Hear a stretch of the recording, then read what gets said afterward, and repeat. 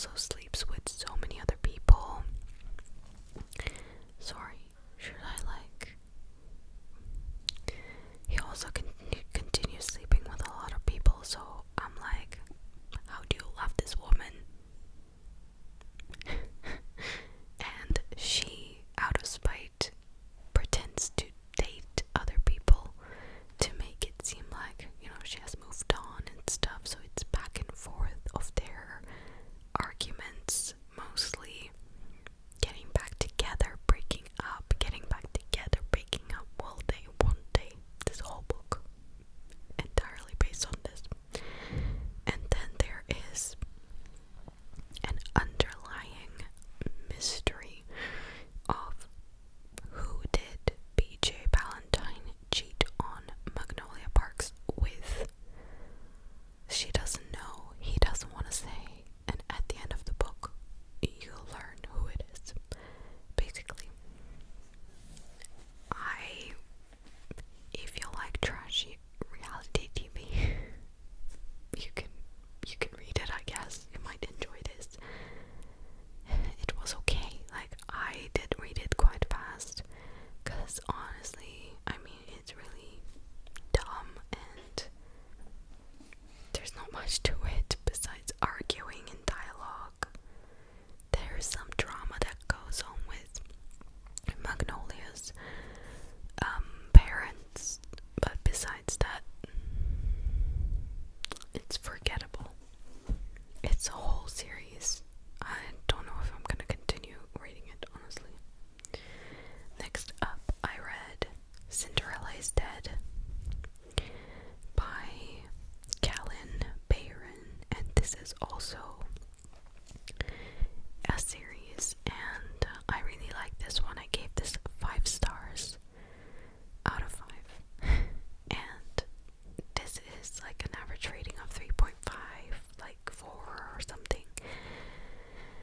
And because I guess there is some plot holes, yes, there is some very quick romance that happens, but I think because it's meant for younger readers, I accept it, and I like it the way it is. I really enjoyed reading this. It is about Sophia, who goes to this ball.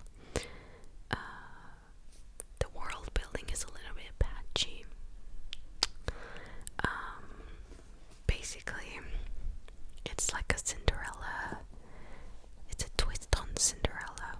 In this universe kingdom, Cinderella has been dead for over 200 years, and we start the story at that time, where there is a king that is ruling over this kingdom, and he is quite horrible. The kingdom is very patriarchal, where the head of the family has basically power over all the women in the family. The women are not allowed to go outside after a certain point in the night, and all of the eligible girls, I think from turning 16, all of the girls in this kingdom go to this ball in Prince Charming's palace, but it's the other king, whatever. They go to the king's palace, and they're supposed to be choosing, the men are choosing the girls to marry. Once you turn 16 in this kingdom, you go to this palace and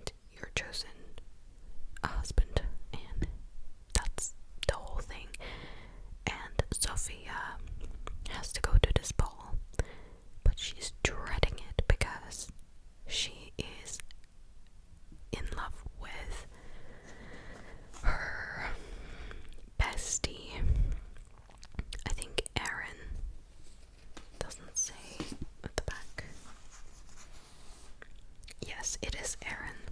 So, Aaron and Sophia have a thing, but Aaron kind of doesn't reciprocate that much.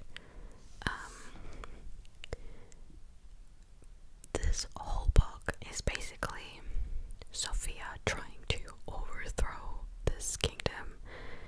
She meets another person and they team up to conjure this plan to overthrow the king and basically try to create a revolution because this system cannot go on further. And they discover some secrets about Cinderella's story and the truth behind it. Without giving away anything, this is how I can explain this to you. It's really entertaining. I liked it.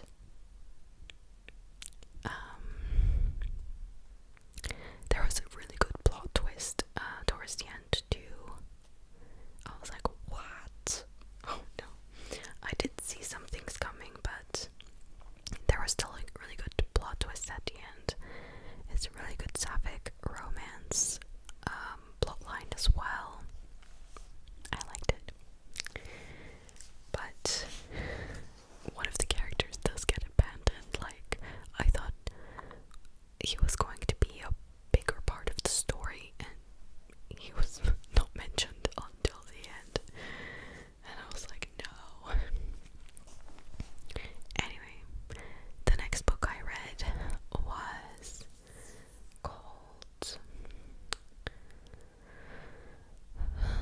Bad Things Happen Here.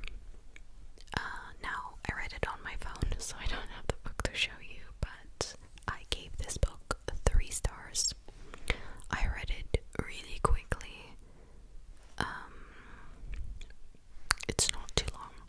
It is a thriller that takes place on an island. I feel like I could give this less than 3 stars, but because it didn't, annoy me that much, I'm not gonna give it less than 3 stars. And some books really annoy me, but this one is fine. It had, how do you even explain this book? Basically, Bad Things Happen Here is about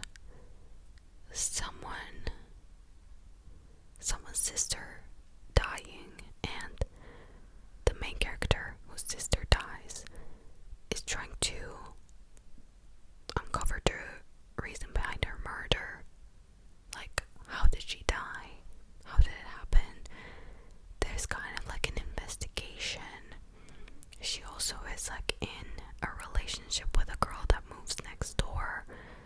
There's some mysteries to every person, like their secrets. It's kind of giving One of Us Is Lying vibes. If you've ever seen that show, I know it is also a book.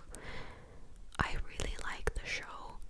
I know that a lot of people did not like the show, but I did really enjoy it. It was kind of like a guilty pleasure Netflix series for me. I was enjoying it quite a lot, especially the blonde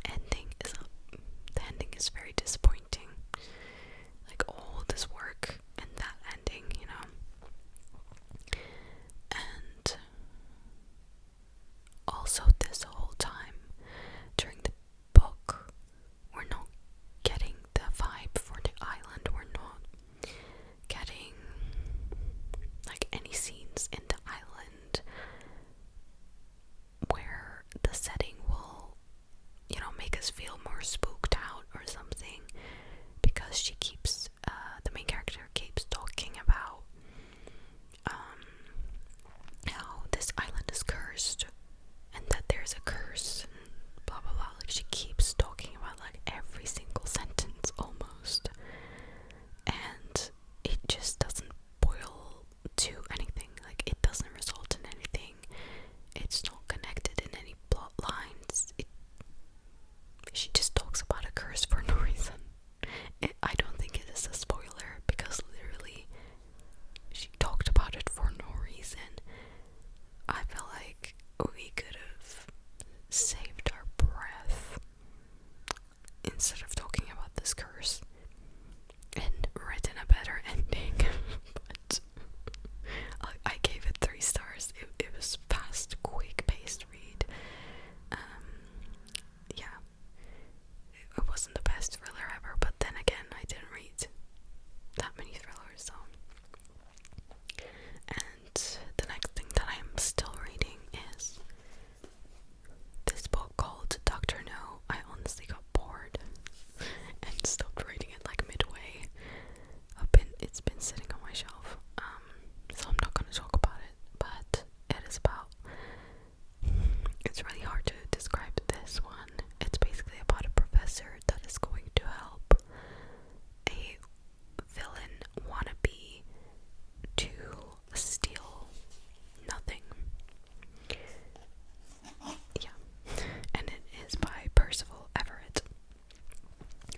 I got some new books, as you saw on my last video, and one that I didn't show you was this, because I just picked this up last weekend, and it's the Song of Achilles by Madeline Miller, Bloomsbury Modern Classics.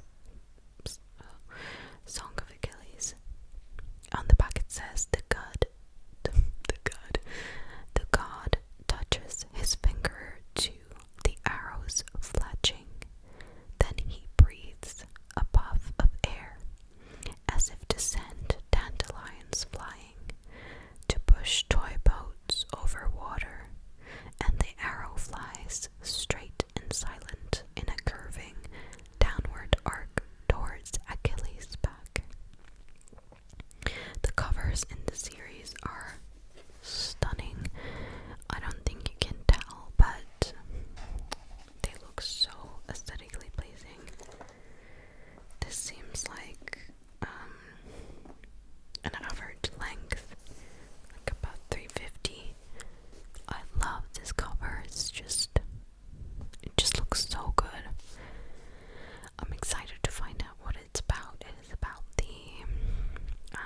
the Greek myth of Achilles, but it will be interesting to find out what the story is. So, let's move on to our other circle time things. I'm gonna share some songs with you guys. I thought it might be interesting to do this. If you have any favorite songs to share with me, do feel free to write them below. I just have a couple that I'm gonna read out if you're interested. So let's start. The first song is called Loving You Is Harder, and it's by Seb, S-E-B, all capital letters. The second one is Dominoes by Jungle, and they have a very, very popular song. I didn't even realize they were the same person, but this song is so fun. It's Dominoes by Jungle. If you know Dominic Fike, he released a new album. I like the song called Frisky.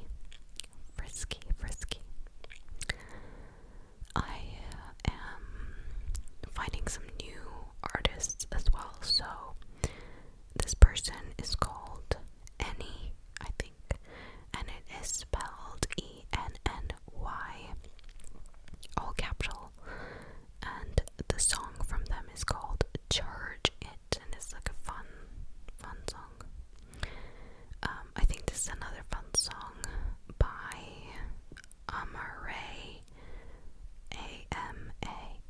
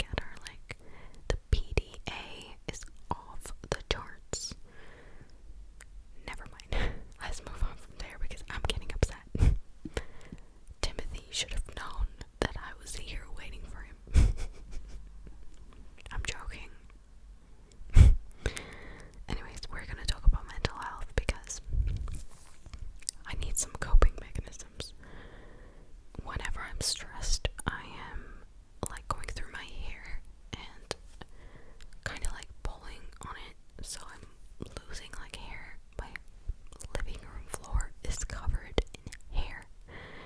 Does any of you do that? Like, what the hell? But I have been stressed for no reason. So that's what I've been doing. Not good. So I need like some fidgety toys or something to keep my hands busy, and I wanted to ask you guys if you have any tips on if you have like really fidgety. And I know some people who are also fidgety, they just like bite their nails and stuff. I don't do that. I take care of these nails. Do you see these nails? I'm not about to bite them. I spent hours on them and weeks growing them out. But yeah, I need some fidget toy ideas.